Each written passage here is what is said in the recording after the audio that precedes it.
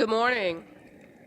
I hereby call to order this first meeting of the Pennsylvania Public Utility Commission for the year 2018 and ask that you please stand for the Pledge of Allegiance. I pledge allegiance to the flag of the United States of America and to the republic for which it stands, one nation, under God, indivisible, with liberty and justice for all.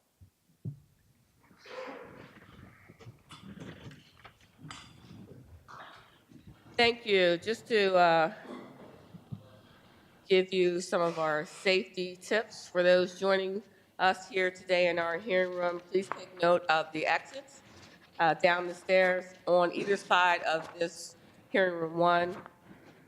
And in a true emergency, there will be a PUC employee in an orange vest that will be there to help those that need assistance. Once you move down the stairs, please exit onto North Street. And also for your convenience, the restrooms are located on the atrium level near the cafeteria. The first matter on this morning's agenda is the approval of the minutes for December 7th, 2017. And I look to Commissioner Coleman as the editor of the minutes. Thank you, Chairman. I've reviewed the minutes of the December 7th, 2017 public meeting, and I move that they be approved as submitted. You have heard the motion of Commissioner Coleman to approve the December 7th, 2017 minutes. Is there a second? Second. Second by Commissioner Kennard. Any further discussion or edits? Hearing none. All those in favor say aye. Aye. Any opposed? The motion passes 5-0. Moving on to today's agenda. Looking at the staff recommendations for the Bureau of Audits on page 1. Looking first to the first two cases, PECO Energy Company Gas and PPL Electric Utilities Corporation and noting that the third item on page 1 is postponed, is there a motion to adopt staff recommendations? So moved. Motion by Vice Chairman Place. Is there a second? Second. Joint seconds. Once again, 2018 still has Commissioner Kennard and Commissioner Sweet vying for the seconds. We'll go with Commissioner Kennard today because I can't hear on my right ear. No, I'm just kidding. Second by Commissioner Kennard. Any discussion? Saying none. All those in favor say aye. Aye. Any opposed? The motion passes 5-0. Moving on to page 2 of our agenda, under recommendations of the Office of Special Assistance, I call up SBG Management Services, Inc., Colonial Garden Realty Company, LP versus Philadelphia Gas Works. Is there a motion to call up this matter for consideration? So moved. Is there a second? Second. Motion by Commissioner Coleman, second by Commissioner Sweet. Any discussion? Commissioner Coleman. Chairman, we have a joint motion on this matter, so I'd ask that the joint motion be entered into the record as though I read it in its entirety. Before the Commission for consideration and disposition is a petition for reconsideration and clarification and/or rehearing filed by Philadelphia Gas Works in the above captioned proceeding. PGW seeks reconsideration of the Commission's opinion and order entered on December 8, 2016, which affirmed the initial decision. The initial decision found that PGW violated the Commission's regulations by applying payments to current late fees before paying down prior overdue balances. The initial decision also found that PGW improperly assessed late payment charges to overdue amounts subject to a municipal lien. The initial decision directed that credits refunds be issued and imposed a total civil penalty of $27,000 for the violations. PGW filed exception to the initial decision of our December 8th order that affirmed the ALJ's decision. Our December 8th order also ordered PGW to certify to the Commission that it has modified its business practices to bill in compliance with our decision. The certification was to occur within 45 days of the entry of the order. In addition, PGW also filed a supplemental petition for rehearing in which PGW argued that 45 days was not enough time to change the billing system to comply with the December 8th order. The standard for granting reconsideration are set forth in Duick versus Pennsylvania Gas and Water Company. A petition for reconsideration is likely to succeed only when it raises new or novel arguments as previously heard or consideration which appear to have been overlooked or not addressed by the Commission. Upon review, we do not believe the PGW has met the Duke standard here. In short, our motion rejects PGW's petition that the Commission is divested of subject matter jurisdiction only when the municipal lien becomes a final judgment and establishes a 90-day time period for PGW to make the necessary billing system modifications to comply with the December 8th order. Therefore, we move that the petition for reconsideration of the Commission's December 8, 2016 opinion and order is denied, that the supplemental petition for reconsideration of the Commission's opinion and order is denied. The Philadelphia Gas Works has 90 days from the date of the entry of the opinion and order in which to comply with the ordering paragraph number 10 set forth in the December 8, 2016 opinion and order in this docket. That Philadelphia Gas Works shall credit all refunds of money owed to SBG Management, Inc. within 15 days of the entry of the final opinion and order, and that the Office of Special Assistance draft an opinion and order consistent with this motion. You have heard the joint motion is read by Commissioner Coleman. Is there a second? Second. Second by Commissioner Kennard. Any discussion on the joint motion? Hearing none. All those in favor say aye. Aye. Any opposed? The motion passes 5-0. On a matter as amended, is there any objection to taking the previous roll call? Seeing none, the case as amended by the joint motion passes 5-0. Moving on to the next matter, Office of Consumer Advocate versus Hidden Valley Utility Services. Is there a motion to adopt the staff recommendation? So moved. Is there a second? Second.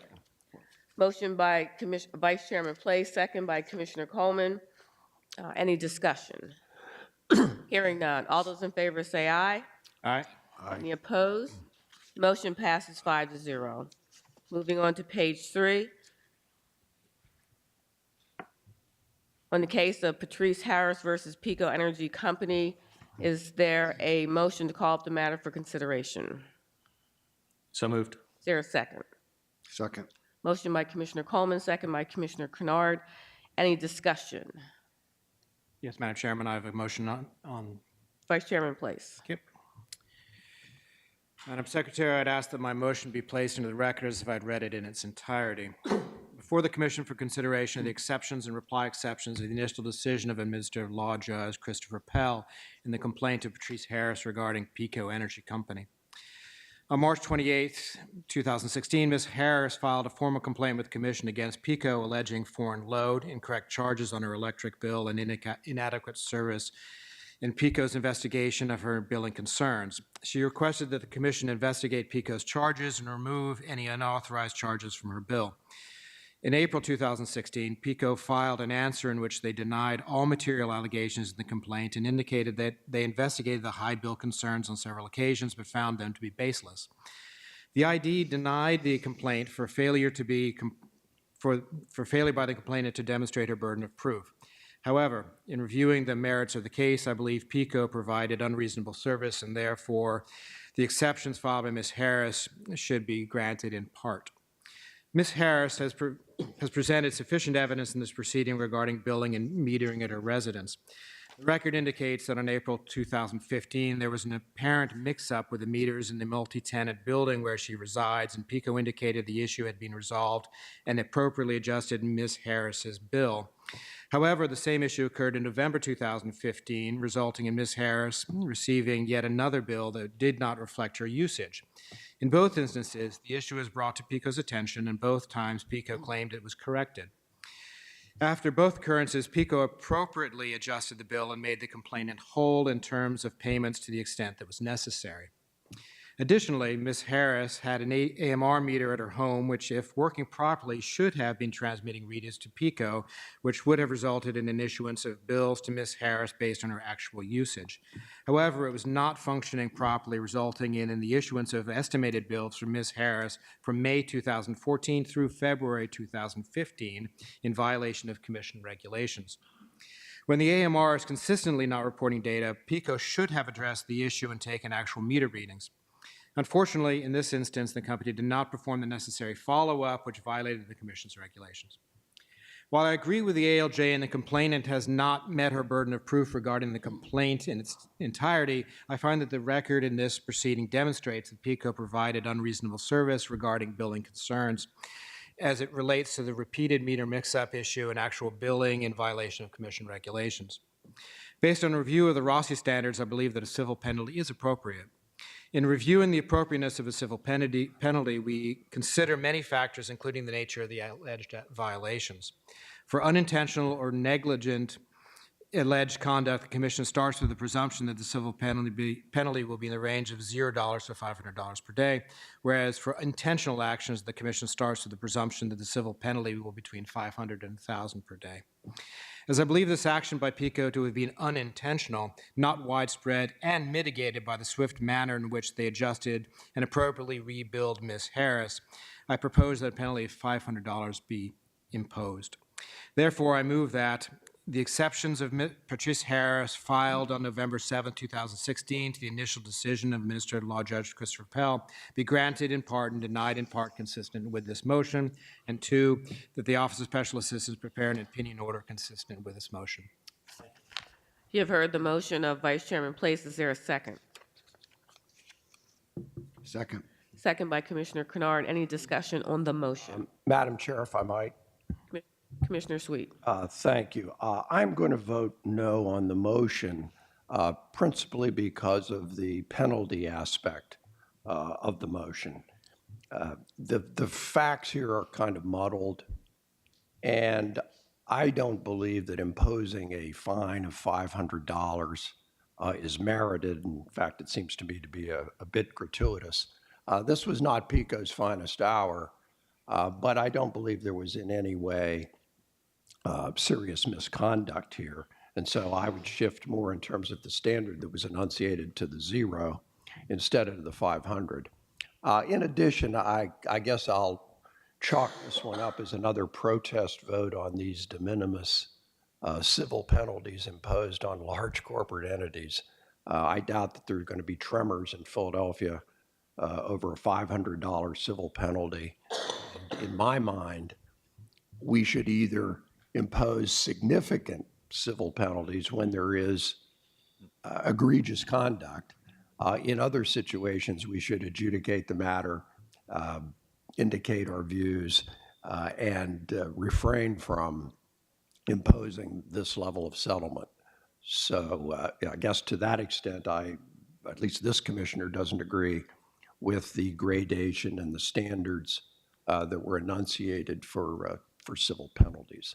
I think that needs a sober second look as we move forward. Thank you. Thank you, Commissioner Sweet. Any further discussion on the motion? Hearing none. All those in favor say aye. Aye. Any opposed? No. No. I like to associate myself with the comments of Commissioner Sweet. I assume the motion passes 3-2? Or, okay. Motion passes 3-2. On the matter as amended, is there any further discussion? Is there any objection to going with the previous roll call? Seeing none. The matter as amended passes 3-2, noting the dissent of Commissioner Sweet and Commissioner Kennard. Moving on, continuing with matters under the Office of Special Assistants, we're going to go take them as a package in omnibus fashion, starting with on page 3 with Nancy Lee versus Philadelphia Gas Works, noting that the next case, Gene Toma versus PPL, has been postponed. Excuse me. And the next two cases on page 4, all going in omnibus fashion together. Is there a motion to adopt the remaining items under the Office of Special Assistants? So moved. Is there a second? Second. Motion by Vice Chairman Place, second by Commissioner Sweet. Any discussion? Hearing none. All those in favor say aye. Aye. Aye. Any opposed? The motion passes 5-0. Moving on to page 5, under the Bureau of Technical Utility Services. Once again, we're going to go in omnibus fashion. All matters on page 5, starting with Peoples Natural Gas Company, LLC, and Peoples Gas Company, LLC. over onto page 6 at the top, Atlas Commodities 2 Retail Energy LLC. Is there a motion to adopt the staff recommendations on those matters? So moved. Is there a second? Second. Motion by Commissioner Coleman, second by Commissioner Kennard. Any discussion? Hearing none. All those in favor say aye. Aye. Aye. Any opposed? The motion passes 5-0. Continuing on, under matters of the Bureau of Technical Utility Services on page 6, is there a motion to adopt staff recommendation on Aqua Pennsylvania, Inc.? So moved. Is there a second? Second? Motion by Commissioner Kennard, second by Vice Chairman Place. Any discussion? I have a short statement. Commissioner Kennard. I asked that it be entered into the record as if fully read. Before us today is the application of Aqua to provide water service to the customers of Sun Valley Water Company. Over the past 18 years, the Commission and more recently DEP have wrestled with the uncertificated water service operations and other noncompliance issues in this uncertificated utility. Finally, this unacceptable situation is resolved by our order today. We appoint Aqua as a receiver, and Aqua's rehabilitation of the system will ensure that safe and reliable service is provided to those customers. The outcome will result in regulatory compliance and will improve public health and safety at a lower cost. I want to specifically recognize Senator Scavello and Representative Rader for their support and encouragement in this outcome, and thank Aqua, DEP, and I&E for this outcome as well. Thank you. Thank you, Commissioner Kennard. Any further discussion? Chairman, I'd like to associate myself with Commissioner Kennard's statement. I think this is a very good solution to a long-term problem. Thank you, Commissioner Coleman. Any further discussion? Hearing none. All those in favor say aye. Aye. Any opposed? The motion passes 5-0. Continuing on with items from the Bureau of Technical Utility Services on page 6 at the bottom, Suez Water, Pennsylvania, Inc., and I will continue in omnibus fashion on all items on page 7, page 8, up into including the first item on page 9, Metropolitan Edison Company and Mid-Atlantic Interstate Transmission LLC. Is there a motion to adopt the staff recommendations? So moved. Is there a second? Second. Motion by Commissioner Sweet, second by Commissioner Coleman. Any discussion? Hearing none. All those in favor say aye. Aye. Any opposed? The motion passes 5-0. And the last item under the Bureau of Technical Utility Services on page 9 is the quarterly earnings of Pennsylvania utilities. Is there a motion to adopt staff recommendation? So moved. Is there a second? Second. Motion by Commissioner Coleman. I'm going with Commissioner Sweet this time as a second. Thank you. I thought you were showing too much grace to the rookie. I never got that kind of. Just as kindness. It's We never sympathy, considered really. you a rookie, though. I behaved like one. Motion by Commissioner Coleman, second by Commissioner Sweet. Is there any discussion? Yes, Madam Chairman, I have a Vice statement. Chairman Place. Thank you. Madam Secretary, I'd ask that my statement be entered into the record as if I'd read it in its entirety. Before us is the report by the Bureau of Technical Utility Services to the Commission regarding quarterly earnings of the Pennsylvania utilities for the quarter ended March 31, 2017. Tusser's report maintains a proxy ROE of 9.8% for Pennsylvania gas utilities and a 9.55% ROE for Pennsylvania electric utilities. A consensus 9.75 ROE is being adopted for the investor-owned water utilities. As documented in the report, DCF analysis for natural gas utilities produces an average ROE of 9.37% and a range of 8.95% to 9.79% for one standard deviation around the mean. And CAPM analysis produces an ROE of 9.37%, while the average base ROE is in other jurisdictions is arguably 9.5%. Similarly, as documented in the report, DCF analysis for electric utilities produces an average ROE of 8.19% and a range of 7.3 to 9.08% for one standard deviation around the mean. The CAPM analysis produces an ROE of 8.57%. Finally, the same analysis indicates an average DCF-derived ROE of 8.82% for water utilities and a 7.51% to 10.12% for one standard deviation around the mean, and CAPM analysis for water utilities produces a 9.28% ROE figure. Given these facts and noting the additional ROE support provided by the Commonwealth's distribution system improvement charges and the ability to use fully projected future test years, I believe it is prudent and appropriate to continue to migrate to lower proxy ROEs for DISC purposes. I remain concerned about the impacts of these proxy ROE determinations. Such decisions can have a substantial impact on DISC revenue adjustments and future rate case determinations to the extent these proxy ROEs are viewed as precedential.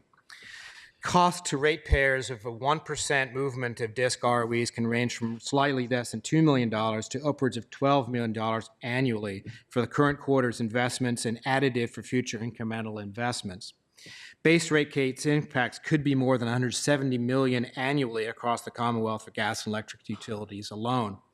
Furthermore, I note that under Act 12 of 2016, an investor-owned water and/or wastewater utility can acquire a municipal or municipal authority water and/or wastewater system at an acquisition price that can exceed the original cost of the acquired system and can insert such an acquisition price into its rate base for subsequent rate-making purposes. It is needlessly costly to reason that ROAs above what the market demands is necessary to ensure investment. This is not a choice between attracting capital or avoiding ratepayer impacts. To the contrary, being attentive to market signals ensures optimal investments at the lowest cost to ratepayers. Put plainly, above-market ROEs is not only an unnecessary tax on every resident and business in the Commonwealth, but an unproductive one as it simply transfers wealth from ratepayers to utility shareholders. For the foregoing reasons, I do not support the continued use of 9.8% and 9.55% as the proxy ROEs for natural gas and electric utilities, respectively. For the same reasons, I do not support the use of 9.75% proxy ROE for water utilities. Thank you. Thank you, Vice Chairman Place. Any further discussion? Hearing none. All those in favor say aye. Aye. Any opposed? Opposed. The motion passes 4-1, noting the dissent of Vice Chairman Place. Moving on to matters under the Law Bureau. DishNet, we'll call up DishNet Wireline LLC. Is there a motion to adopt the staff recommendation? So moved. Is there a second? Second. Motion by Commissioner Kennard, second by Commissioner Coleman. Any discussion? Madam Chairman, I have a Vice statement Chairman Place. Yep. Thank you. Madam Secretary, I ask that my statement be placed in the records if I'd read it in its entirety.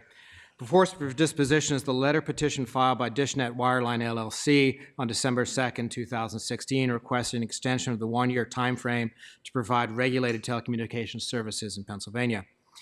Available information indicates that DishNet does provide digital subscriber line service in Pennsylvania. However, XDSL is a broadband access service, and for regulatory purposes is classified as an interstate service. I also note that XDSL can be used for intrastate communications and is provisioned through resale or a facilities-based method may utilize telecommunication plant facilities that are classified or substantially allocated to intrastate, e.g. local loops. Furthermore, consumer access to wireline XDSL services that are offered by incumbent local exchange carriers that are regulated under Chapter 30 of the Public Utility Code satisfies the broadband deployment and availability commitments of these ILECs, and such broadband access and availability is regulated by this Commission. The Commission has traditionally exercised an expansive and pro-competitive policy regarding the market entry and certification of competitive telecommunications carriers that operate in Pennsylvania and provide intrastate and interstate services through its implementation orders of the Federal Telecommunications Act of 1996. The relevant certification process was established that it does not present any barrier to entry and does not prohibit or have the effect of prohibiting the ability of any entity to provide any interstate or intrastate telecommunications services under Section 253A of the Act. In my view, DishNet's provision of XDSL services could meet the Commission's requirement for the one-year timeframe to provide service within the Commonwealth. Furthermore, DishNet's provision of XDSL services simply puts this telecommunications carrier on an equal competitive footing with other carriers that operate under this Commission's regulatory oversight and provide the same services. I also note that DishNet has entered into wholesale interconnection agreements with certain ILECs. However, at the same time, it is DishNet that has been requesting continuous time extensions so that it can provide jurisdictional intrastate services. For these reasons, I will be concurring in result only in the disposition of this matter. Thank you. Thank you, Vice Chairman Place. Any further discussion? Hearing none. All those in favor say aye. Aye. Any opposed? The motion passes 5-0, noting the partial dissent of Vice Chairman Place. Thank you. Moving on to NRG Energy, Inc. Is there a motion to call up this matter for consideration? So moved. Is there a second? Second. Motion by Commissioner Sweet, second by Commissioner Coleman. Under discussion. Madam Chairman, you and I have a joint motion that I'll present. Commissioner Kennard. I ask that our motion be entered as if fully read. Before us today is the petition of NRG Energy for implementation of EGS supplier consolidated billing, in which NRG requests that the Commission permit electric generation suppliers to render a single bill to customers, a bill that would include both the EDC charges for transmission and distribution, as well as for the EGS's own services. Today, the retail electric market in Pennsylvania competes principally on the basis of a single price point. Electricity is treated as a commodity, not as a collection of services. This is poised to change. By the year 2020, we will have ubiquitously deployed smart meters in the Commonwealth, and controls over power usage are quickly developing. Technology now allows energy-consuming devices to be remotely managed through the Internet of Things. This combination will create many opportunities in the electric market, empowering customers to lower or change the timing of their power usage and save money as a result. Moreover, EGSs desire the ability to offer other value-related services such as home security, HVAC, maintenance, surge protection, and so forth. We need to take our competitive energy market to this next level of service and competition. In addition to price competition, we need to promote customer differentiation on the basis of the type of service offered, including dynamic pricing. So while this day will shortly be upon us, our billing systems are not up to the task. The EDCs say they cannot bill for the EGS's value-added services. The EGSs do not favor dual billing. That's the submission of two bills. So far, we have not found a way to develop a system of single billing by the EGS. So supplier consolidated billing has been discussed many times before this commission, but never implemented. If Pennsylvania truly wants to take advantage of our massive investment in smart meters and the opportunities for remote appliance control and the offering of other value-added services, we need to find a way to appropriately bill for this. NRG came forward with a supplier consolidated bill proposal that was opposed by many. The order before us concludes that, in view of these infirmities, NRG has not met their legal burden of proof and that their proposal should be rejected. But the discussion should not end here. The nurturing and advancement of the competitive market is a burden on all of us, not just one actor. The chairman and I commend NRG for its ambitious proposal and the way that its efforts have focused all of our attention on the specific policy and legal issues presented by single billing by the EGS.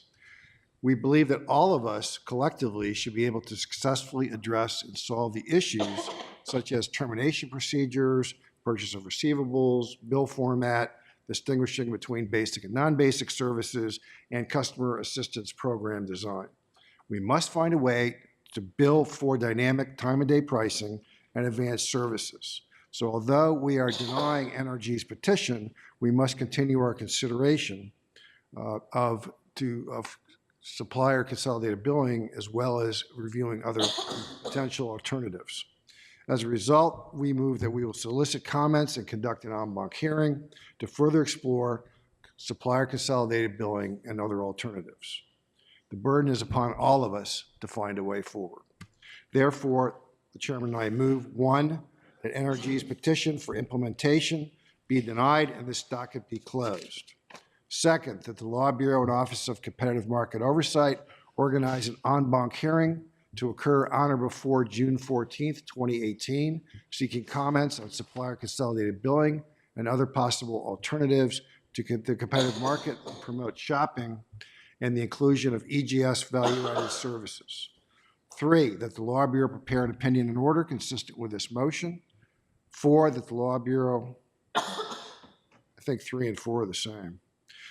So fourthly or fifthly, I'm not sure which at this point, the Law Bureau prepare a secretarial letter initiating an en banc proceeding consistent with this motion. Six, that the Secretary's Bureau create a docket number for the en banc proceeding. Thank you, Madam Chairman. You have heard the joint motion as read by Commissioner Kennard. Is there a second to the motion? Second. Second by Vice Chairman Place. Discussion on the motion. Madam Chair, just a brief comment. Commissioner Sweet.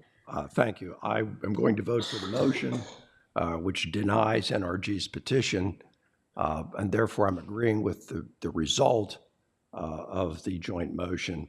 I do not necessarily share all of the rhetorical enthusiasm with which my colleague presented the motion. Thank you. Thank you, Commissioner Sweet. Any further discussion on the joint motion? Hearing none. All those in favor say aye. Aye. Aye. Any opposed? The joint motion passes 5-0, noting the comments of Commissioner Sweet. On the matter as amended, is there any objection to the previous roll call? No. Hearing none, the matter as amended passes 5-0. Moving on to the last item under Law Bureau, is there a motion to adopt? So moved. Thank you. Commissioner Kennard moves the implementation of Chapter 32 of the Public Utility Ray Pittsburgh Water and Sewer Authority matter. Is there a second? Second. Second by Commissioner Coleman. Any discussion? Madam Chairman, I just want to say I've attended a few of the meetings that have resulted in this order, at which the Bureau directors developed a list of tasks and identified the solutions and came away very impressed. The Bureau directors have created a plan for moving forward that I believe will work, and I thank them for all their efforts and look forward to working with PWSA and all the parties as our jurisdiction over PWSA continues. Thank you, Commissioner Kennard. Any further discussion? Hearing none. All those in favor say aye. Aye. Any opposed? The motion passes 5-0. Moving on to matters of the Office of Administrative Law Judge. Is there a motion to adopt the staff recommendation under the investigation upon the Commission's own motion? So moved. Is there a second? Second. Motion by Commissioner Coleman, second by Vice Chairman Place. Under discussion. Madam Chairman, I must recuse myself for this matter as I previously had entered an appearance in this proceeding. Thank you, Commissioner Kennard. Any further discussion? Chairman, I also have a conflict statement involving Matt Tatino of my team, who was employed with a law firm that represented one of the parties in this matter. My conflict statement basically says that Matt has not advised me on this. Thank you, Commissioner Coleman. Any further discussion? Hearing none. All those in favor say aye. Aye. Any opposed? The motion passes 5-0. 4-0. 4-0. Oh, Recuse myself. excuse me. I'm sorry. Noting the recusal of Commissioner Kennard, the motion passes 4-0. Calling up the next matter, the I&E versus People's Natural Gas Company, LLC. We'll go in omnibus fashion. The next matter, Pennsylvania Electric Company, has been postponed until the public hearing of February 8th. And then the final matter on the top of page 12 is Paula de Blasi versus PPL Electric Utilities Companies. Is there a motion to adopt the staff recommendations on these matters? So moved. Is there a second? Second. Motion by Vice Chairman Place, second by Commissioner Sweet. Any discussion? Hearing none. All those in favor say aye. Aye. Any opposed? The motion passes 5-0. Moving on to the next matter, James E. Elliott Jr. versus Pennsylvania Electric Company. Is there a motion to adopt staff recommendation? So moved. Is there a second? Second. Motion by Commissioner Kennard, second by Commissioner Coleman. Under discussion, I do have a brief statement. I will submit it for the record in its entirety, and just note that I encourage Penelec to inform the complainant of any options available under the Companies Act 129 plan and Universal Service Plan and energy conservation programs to the extent eligible that can assist the complainant in reducing his electric consumption. Any further discussion? Hearing none. All those in favor say aye. Aye. Any opposed? Motion passes 5-0. We will note that the next matter has been postponed at the bottom of page 12. And moving on to Christine Castro versus Philadelphia Gas Works. Is there a motion to adopt the staff recommendation? So moved. Is there a second? Second. Motion by Vice Chairman Place, second by Commissioner Coleman. Under discussion. Any discussion? I have a brief statement, Madam Chair. Commissioner Sweet. Before the commission is a complaint against PGW by a customer who alleged there were incorrect charges on her bill. I'm sorry? Oh.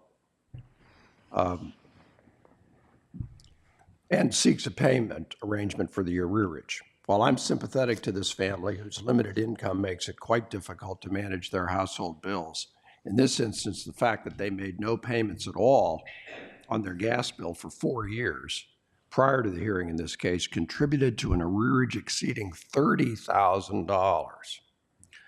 When a balance for a low-income family reaches this point, there are 3 points to be made. First, there are bigger issues here than utility bills, and unfortunately, they are beyond our ability or capacity to resolve. Secondly, a payment arrangement makes no sense because the monthly bills for the arrearage alone would be $500 before adding the actual monthly usage or even budget billing to determine the monthly bill. If any of those payments then are missed, the entire amount is due. Finally, this bill could not have reached this level unless the utility was practically asleep at the switch in allowing it to climb so high. Utilities have an affirmative duty to collect payment on an overdue account under Chapter 14 of the Public Utility Code, 62 Pennsylvania Consolidated Statutes, 1410-1-2. The utility must report to this commission annually those accounts that exceed $10,000 and are required to demonstrate that they have taken steps to collect those arrearages. Therefore, while I agree with the initial decision in denying the payment arrangement, I emphasize to PGW that this level of arrearage is simply not acceptable. Thank you. Thank you, Commissioner Sweet.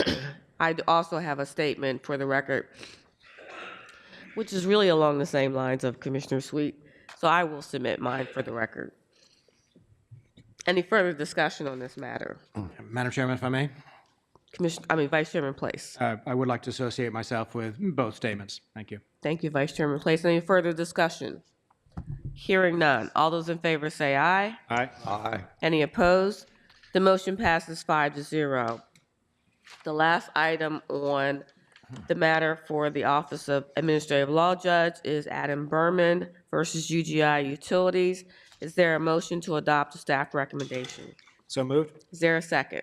Second. Motion by Vice Chairman Place, second by Commissioner Coleman. Any discussion? Hearing none. All those in favor say aye. Aye. Aye. Any opposed? The motion passes 5-0. That is all the cases coming before us under the regular agenda. We will move on to the carry-in agenda. And the first matter, the only matter for the Office of Special Assistance is I'm just going to go over that whole name. Dealing with a telephone company and Level 3 Communications LLC. Tango. Is there a motion to adopt the staff recommendation? So moved. Is there a second? Second. Motion by Vice Chairman Place, second by Commissioner Kennard. Any discussion? Hearing none. All those in favor say aye. Aye. Aye. Any opposed? The motion passes 5-0. And we do have a supplemental carry-in agenda. The only item for the Bureau of Technical Utility Services is the matter of West Penn Power Company and Trans-Allegheny Interstate Line Company. Is there a motion to adopt staff recommendation? So moved. Is there a second? Second. Motion by Commissioner Kennard, second by Commissioner Coleman. Any discussion? Hearing none. All those in favor say aye. Aye. Aye. Any opposed? The motion passes 5-0. At this point, I don't see any other matters to come before us. With that, I will entertain a motion to adjourn.